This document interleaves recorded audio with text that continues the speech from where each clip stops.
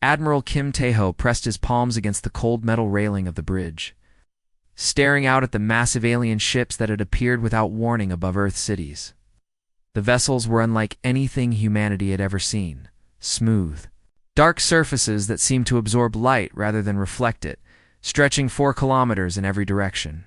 They hung motionless in the sky like giant tombstones, casting shadows over Seoul, New York, London, Tae, and dozens of other major population centers. "Sir, the translation systems are finally working."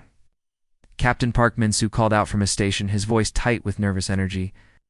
The bridge crew had been working for 3 hours straight, trying to decode the strange signals coming from the alien fleet. Every person on the bridge knew that this moment would change human history forever.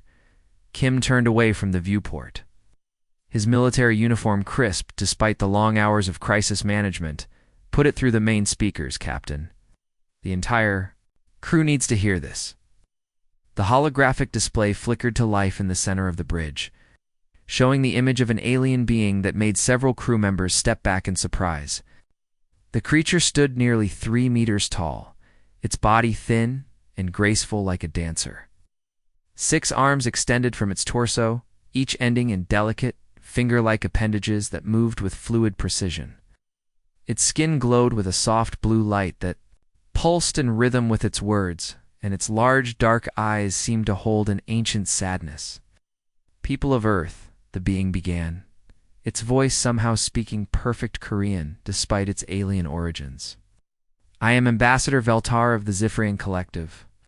We come to your world not as conquerors seeking to claim your planet, but as penitents seeking to heal old wounds." Lieutenant Lee Gi-won, who had been monitoring communications from her station near the back of the bridge, let out a small gasp. She had expected threats, demands for surrender, or at least some kind of ultimatum. This was completely different. From every first contact scenario the Earth Defense Force had prepared for, the alien ambassador continued, its glowing skin pulsing brighter as it spoke. 50,000 years ago, our ancestors committed a terrible crime against your species. We attempted to destroy humanity through engineered plagues and climate manipulation. We believed in our foolishness, that Earth belonged to us alone. Dr. Song Ha-jin, Earth's chief xenobiologist, moved closer to the hologram, her scientific curiosity overcoming her fear. She had spent her entire career studying the possibility of alien life, but nothing had prepared her for this moment. "Are they really admitting to trying to kill us?" she whispered to Admiral Kim. "We have done this terrible thing not only to your people, but to hundreds of civilizations across the galaxy," Veltar said, his 6 arms gesturing in what appeared to be a gesture of shame. "We have destroyed entire species, eliminated whole worlds, and erased the history of countless peoples who simply wanted to live in peace." The bridge fell completely silent, except for the soft humming of the ship's systems. Captain Park Min-soo found himself holding his breath, unable to believe what he was hearing. In all the war games and training exercises, no one had ever considered the possibility that an alien species might arrive to apologize. "We have spent the last 10,000 years in meditation and self-reflection," the ambassador continued. "We have abandoned our ways of conquest and destruction. We have chosen to evolve beyond our primitive past, to become beings of peace and understanding rather than war and hatred." Admiral Kim felt his jaw muscles tighten as he processed the implications of what he was hearing. If this alien was telling the truth, then the Zephyrian Collective had committed genocide on a scale that was almost impossible to comprehend. Hundreds of civilizations destroyed, entire species wiped out, all in the name of some twisted sense of superiority. "We seek your forgiveness," Veltar said, his voice becoming softer, more pleading. "We know that we can never undo the damage we have caused, can never bring back the lives we have taken, but we offer you everything we have as penance for our crimes." The alien's form shimmered as he continued speaking. "We offer you our technology, which is far beyond anything your species has yet developed. We offer you our knowledge of the galaxy, our maps of the stars, our understanding of physics and biology and chemistry. We offer you our servitude to work for your people as payment for the terrible things we have done." Lieutenant Lee Ji-won slowly raised her hand, her voice barely above a whisper. "Sir, Are they really offering to become our servants? Dr. Song Hajin shook her head in amazement. This is completely unprecedented. They're admitting to genocide on a galactic scale and offering to make amends. Captain Park Min-soo looked at his instruments, then back at the hologram. Admiral, what do we tell them? How do you respond to something like this? Kim stared at the alien ambassador, his mind racing through the possibilities. This could be a trap, an elaborate deception designed to lower humanity's guard. Or it could be exactly what it appeared to be, a genuine attempt at redemption by a species that had realized the horror of its past actions. The question, he whispered, more to himself than to his crew, is what we do about it. President Yoon Da-yoon walked down the long hallway deep beneath the United Earth Council building, her footsteps echoing off the metal walls.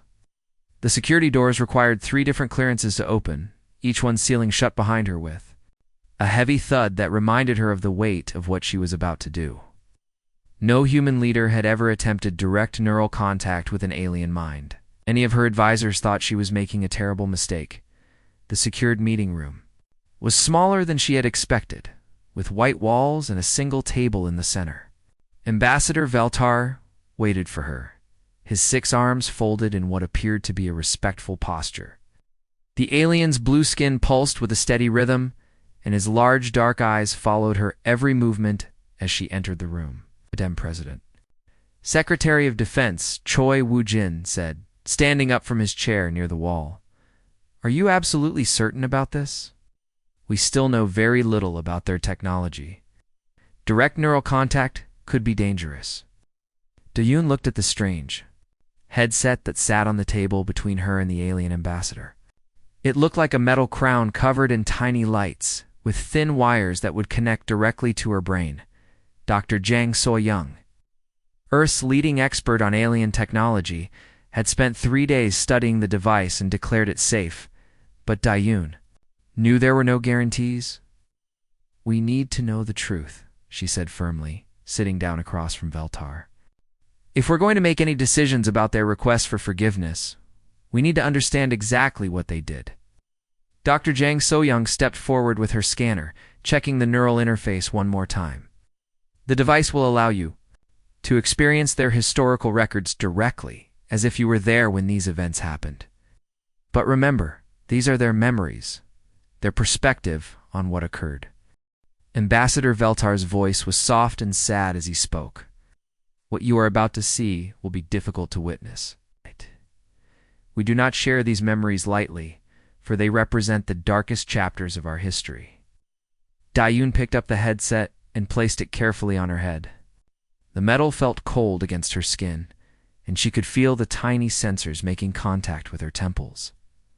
I'm ready. The neural connection activated with a soft humming sound, and suddenly Da-yoon's world exploded into light and color. No longer sitting in the underground meeting room, but floating in space above a beautiful planet covered in gleaming crystal cities. The inhabitants were tall, graceful beings who seemed to be made of living crystal themselves. They moved through their cities like dancers, creating art that filled the air with rainbow patterns of light. Then the Zephyrian ships arrived.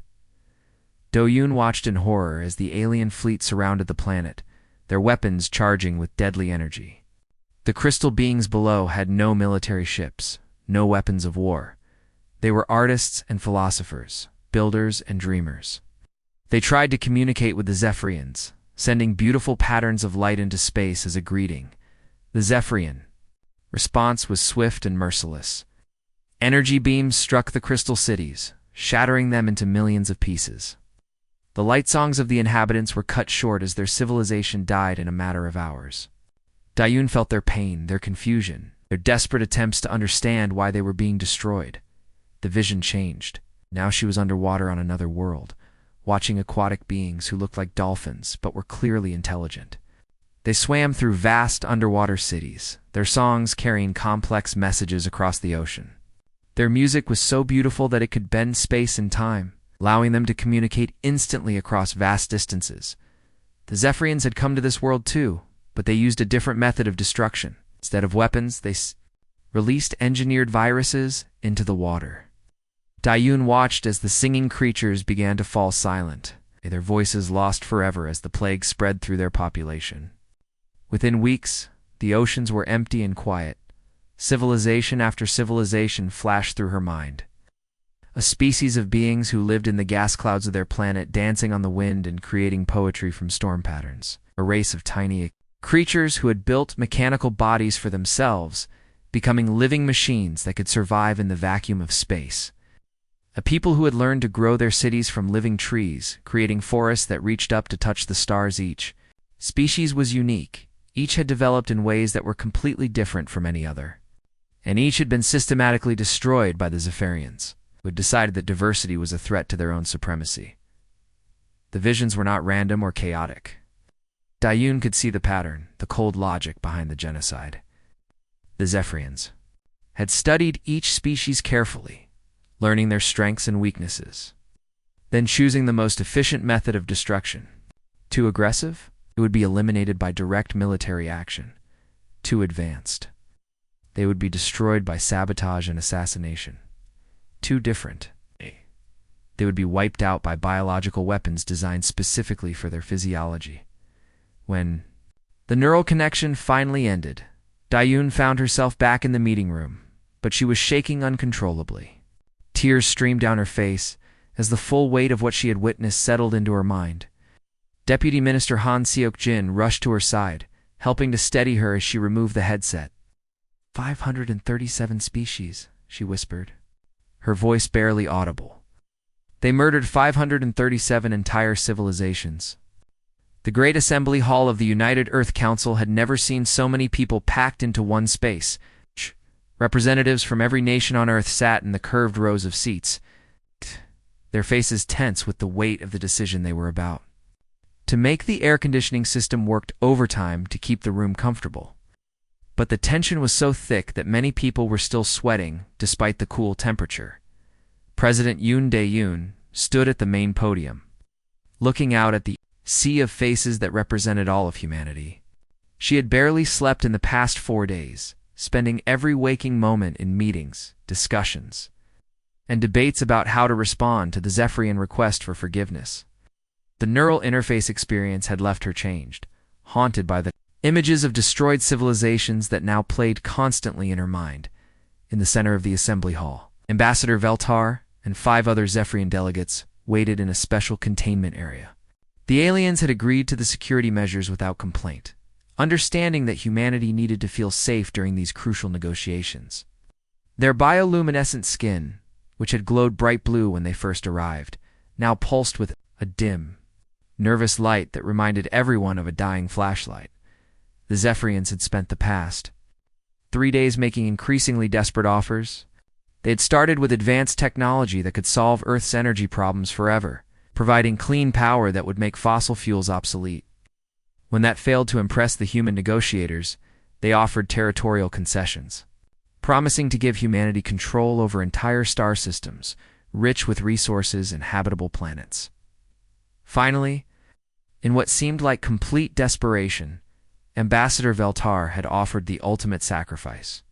The entire Zephyrian collective would serve humanity as slaves for 1,000 years, working to build whatever humans wanted, going wherever humans commanded them to go. It was an offer that would have given humanity instant control over one of the most powerful civilizations in the galaxy. But President Yoon had listened to all of these offers with a stone face, never showing any emotion or interest. She had asked for time to consider, time to consult with her advisors and the representatives of every nation on Earth. Now, after 4 days of debate, she was ready to give humanity's answer. The Zephyrian Collective has made their offer, President, Yoon announced, her voice carrying clearly through the hall's speaker system. They seek forgiveness through gifts and servitude. They believe that technology and territory, and even their own freedom, can somehow balance the scales of justice. Paused, looking directly at Ambassador Veltar. But humanity's response is different. Defense Secretary Choi Woo-jin stepped forward from his position near the podium, carrying a datapad that contained the results of 4 days of intensive investigation. Earth scientists had been working around the clock, analyzing every piece of information the Zephyrians had provided, looking for inconsistencies and hidden truths. "We want to meet the survivors," Choi said simply, his words dropping into the silent assembly hall like stones into still water. The effect on the Zephyrian delegation was immediate and dramatic. Ambassador Veltar's glowing skin flickered rapidly, like a broken light bulb. 6 arms began to tremble, and he took a step backward as if he had been physically struck. "I do not understand," Veltar stammered, his usual smooth confidence completely gone. "There are no survivors. Civilizations we destroyed are gone. We have told you this. Our records are complete and accurate." Dr. Song Hye-jin, who had been promoted to lead Earth's new Xenercology division, stepped up to join the Secretary of Defense. She had spent the past 3 days buried in the Zephyrian historical databases, cross-referencing information and looking for patterns that the aliens thought they had hidden. "That's very interesting, Ambassador," she said with a smile that had no warmth in it. "It's because using your own historical databases, the ones you so generously shared with us, we've identified energy signatures that are consistent with refugee populations in 17 different star systems." Colonel Lim Hu, career military officer who had been chosen to head Earth's new Deep Space Intelligence Unit, activated a holographic projector in the center of the assembly hall. The 3-dimensional star map that appeared showed the local section of the galaxy, with hundreds of star systems marked in different colors. "Hidden colonies," Colonel Lim explained, using a laser pointer to highlight specific systems on the map.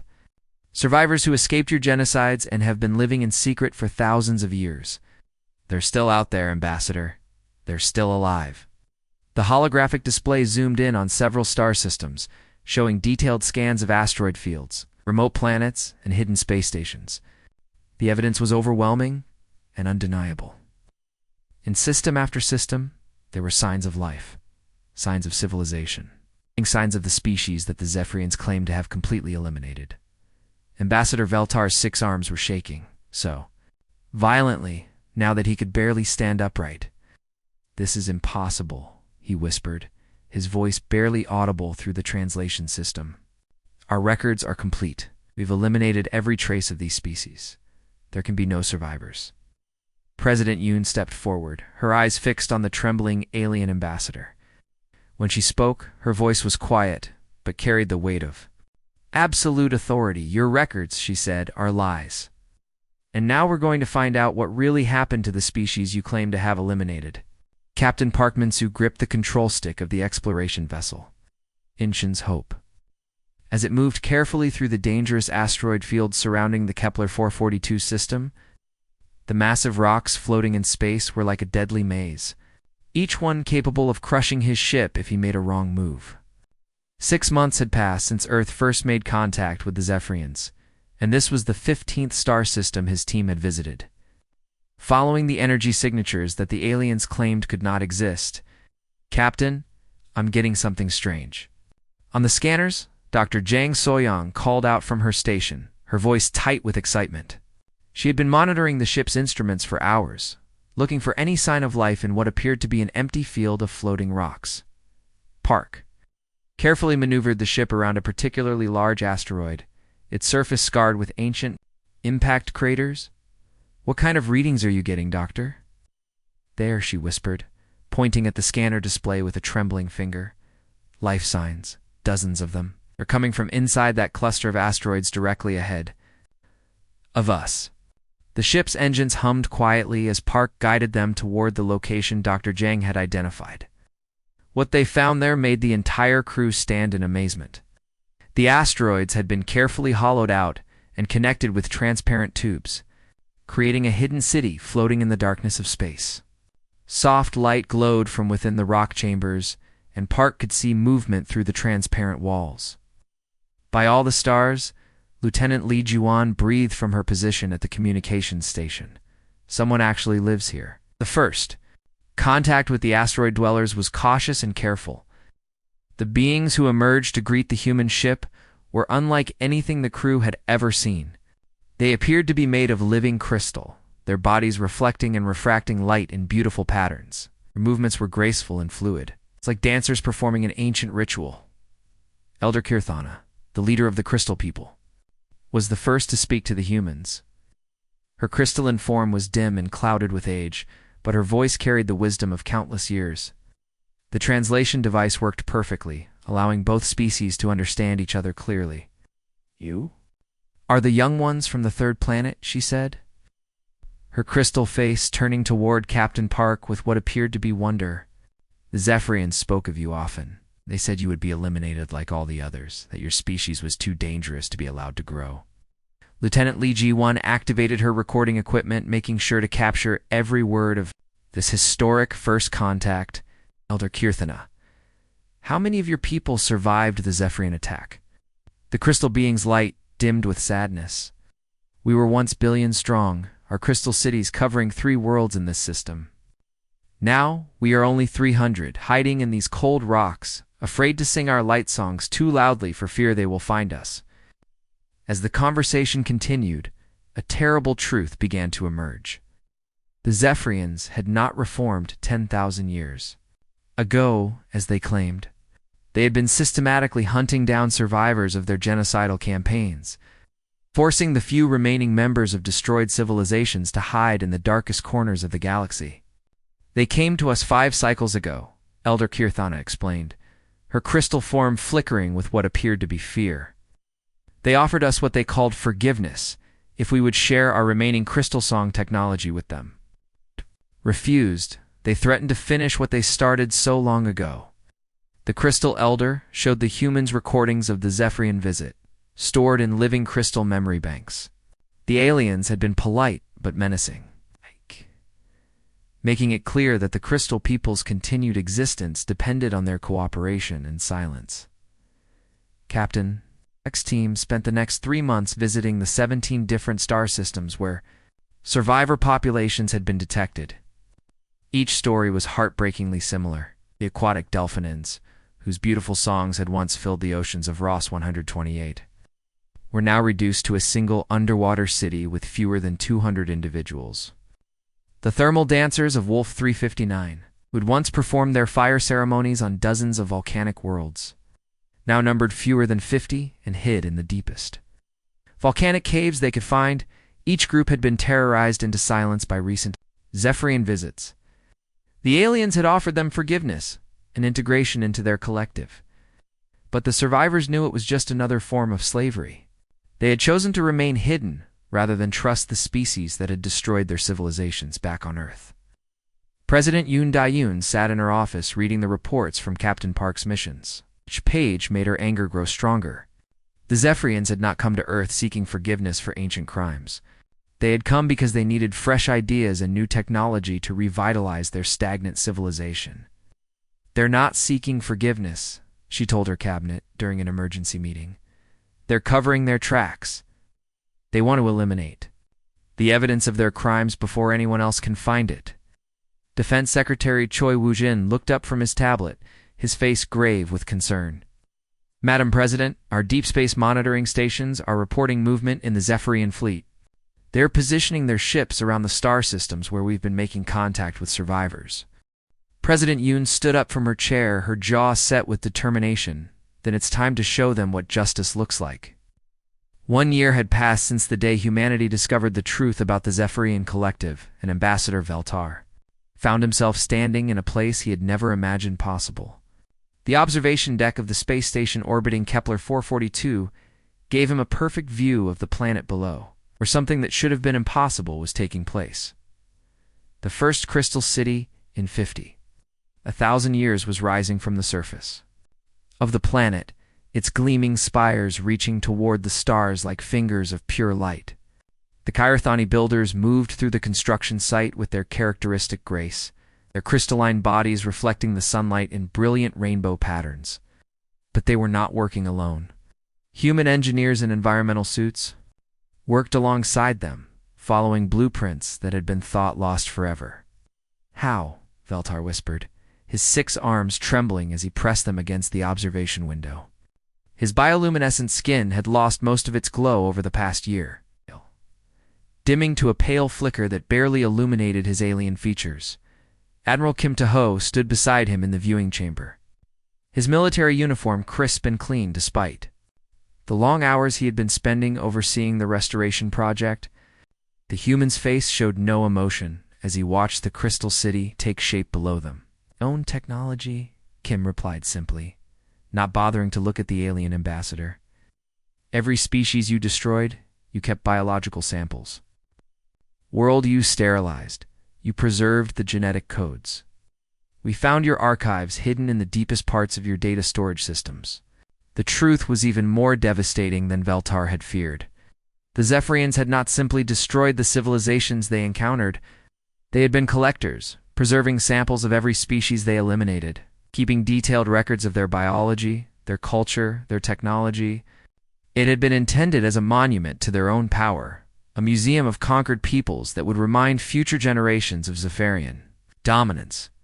Now, those same archives were being used against them. Human scientists had spent months learning to decode the Zephyrian storage systems, extracting genetic information that had been preserved for thousands of years. With that information, they had begun the largest restoration project in galactic history. "We offered you forgiveness," Veltar said, his voice carrying a note of desperation that had grown stronger with each passing day. "We offered you everything.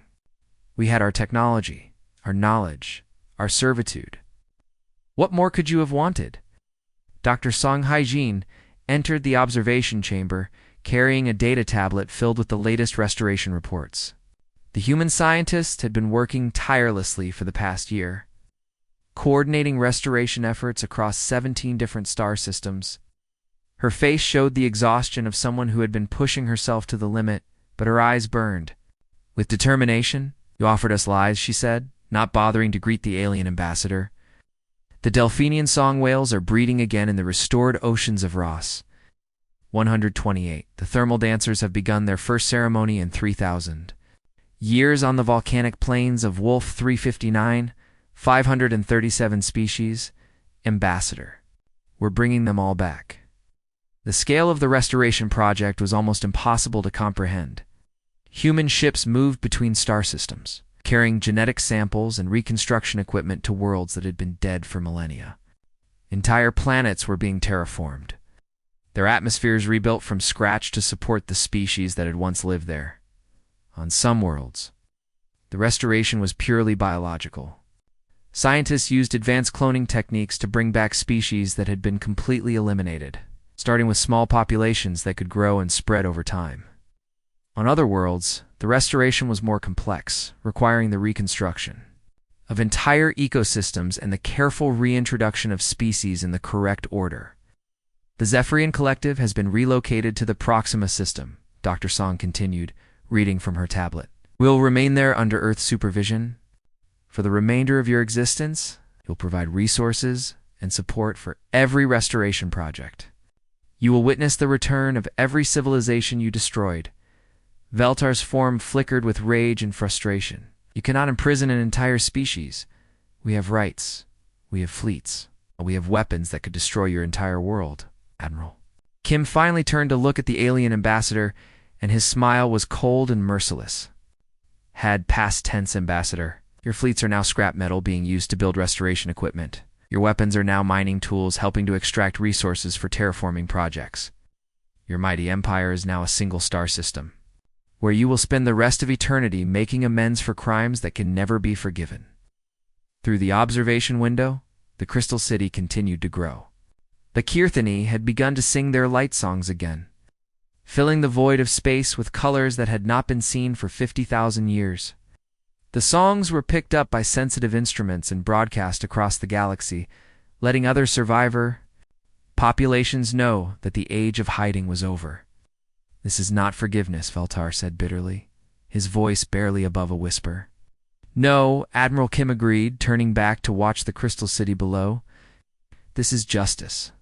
You wanted to erase diversity from the galaxy, to create a universe where only the Zephyrian way of life could exist. Instead, you've ensured that diversity will flourish forever, and you'll be here to watch every moment of it." The last entry in Earth's official response to the Zephyrian plea had been simple and direct. "Forgiveness is earned through action, not words. You have eternity to try."